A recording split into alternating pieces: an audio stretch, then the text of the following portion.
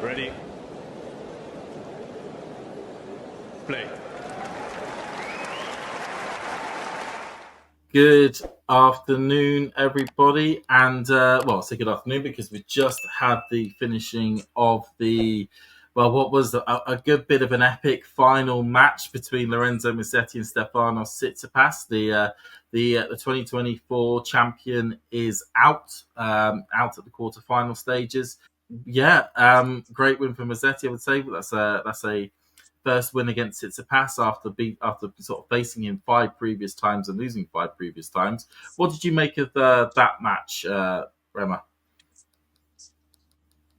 Yeah, James, it was obviously a long battle, super tightly contested, and could have gone either way. But I'm one of those guys who believes in Musetti, and I think it was just in due time for him to take down Stefanos Tsitsipas. In terms of the conditions suiting him super well. Obviously, Tsitsipas is a good clay player, so and he's proved with much success here. But Musetti was able to kind of reset, I say, after the first set and kind of avoid the Tsitsipas forehand, and that helped him out a lot. And he also defended super well, and that's something he does really well here. He sits super deep behind the baseline and um, plays a good neutralizing ball there, and also can just change the angles and the heights and weights of his shots. So super awesome win, definitely emotional as you could see between him and his box. So super exciting to get it done against the reigning champion.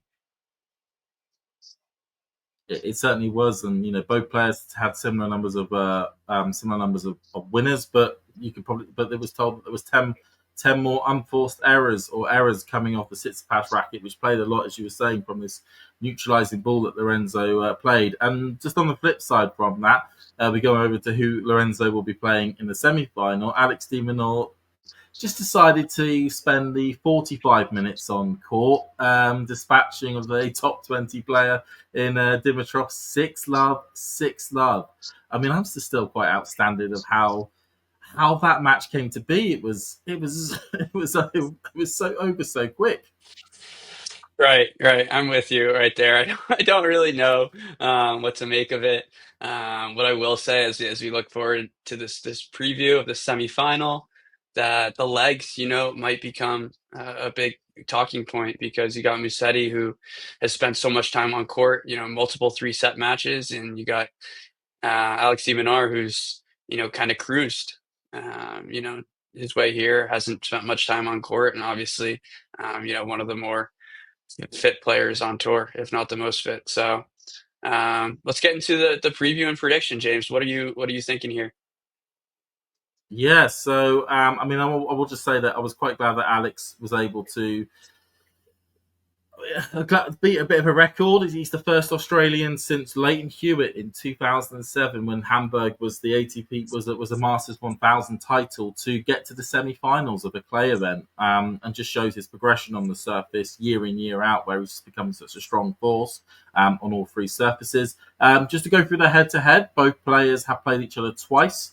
Played each other twice, and they've both won a match each. The first time they met was in the Australian Open in 22, where Alex de Minaur was able to win that in 4 sets. And then the last time they met was last year on the grass at Queen's, on that run that Musetti had to the final, where Musetti was able to beat Alex de Minaur in the round of 32 in 3 sets after losing the first set. So my prediction, I'm going to go Musetti.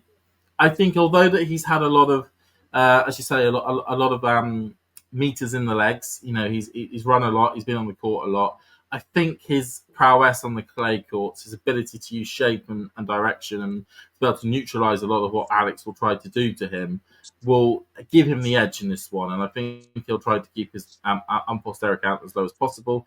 I could see a situation where maybe Lorenzo takes the first set, Alex rallies in the second, with Lorenzo coming through in the third. What do you think will happen? Yeah, I mean, I've been a big Musetti fan here, talking about Monte Carlo, which are, essentially the perfect conditions for him. And I still think the fatigue is a little bit in the back of my mind, and it just kind of becomes a marathon in that that does worry me from kind of the Musetti side. But from a tennis perspective and ability perspective, I definitely would favor Musetti, especially in these conditions. I think what Minaur has done a good job of, especially not being his preferred surface, but he's looking to take the ball early and kind of rush the opponent. But what Lorenzo Musetti does so well is he can counter that by sitting so far behind the baseline and giving himself more time to counter that and push Alex into uncomfortable positions. And I think that's where Musetti can take advantage of Minaur, and he doesn't have the biggest forehand, so he can kind of get in those exchanges, but also utilize that slice. But I think Minaur also likes to use the slice here, and he'll look to kind of be patient as he knows that making this a physical match will actually end up giving him maybe more opportunities towards the tail end of the match if we do get there. So you think it'll be a lot to do with physicality. If Musetti runs off at the beginning, then it favours him. But if de Minaur can make it a really grueling, long match, then that sort of starts swinging in his direction. Right. Yep. Spot on. Right. Spot on. Brilliant.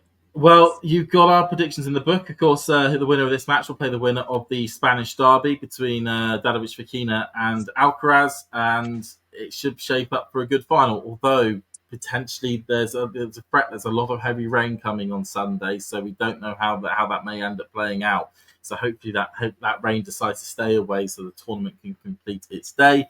Please do, we've got a watch along that you come and listen to us as we go over these matches and whatnot. And thanks so much, and goodbye. If you enjoyed this video, make sure you hit that like button.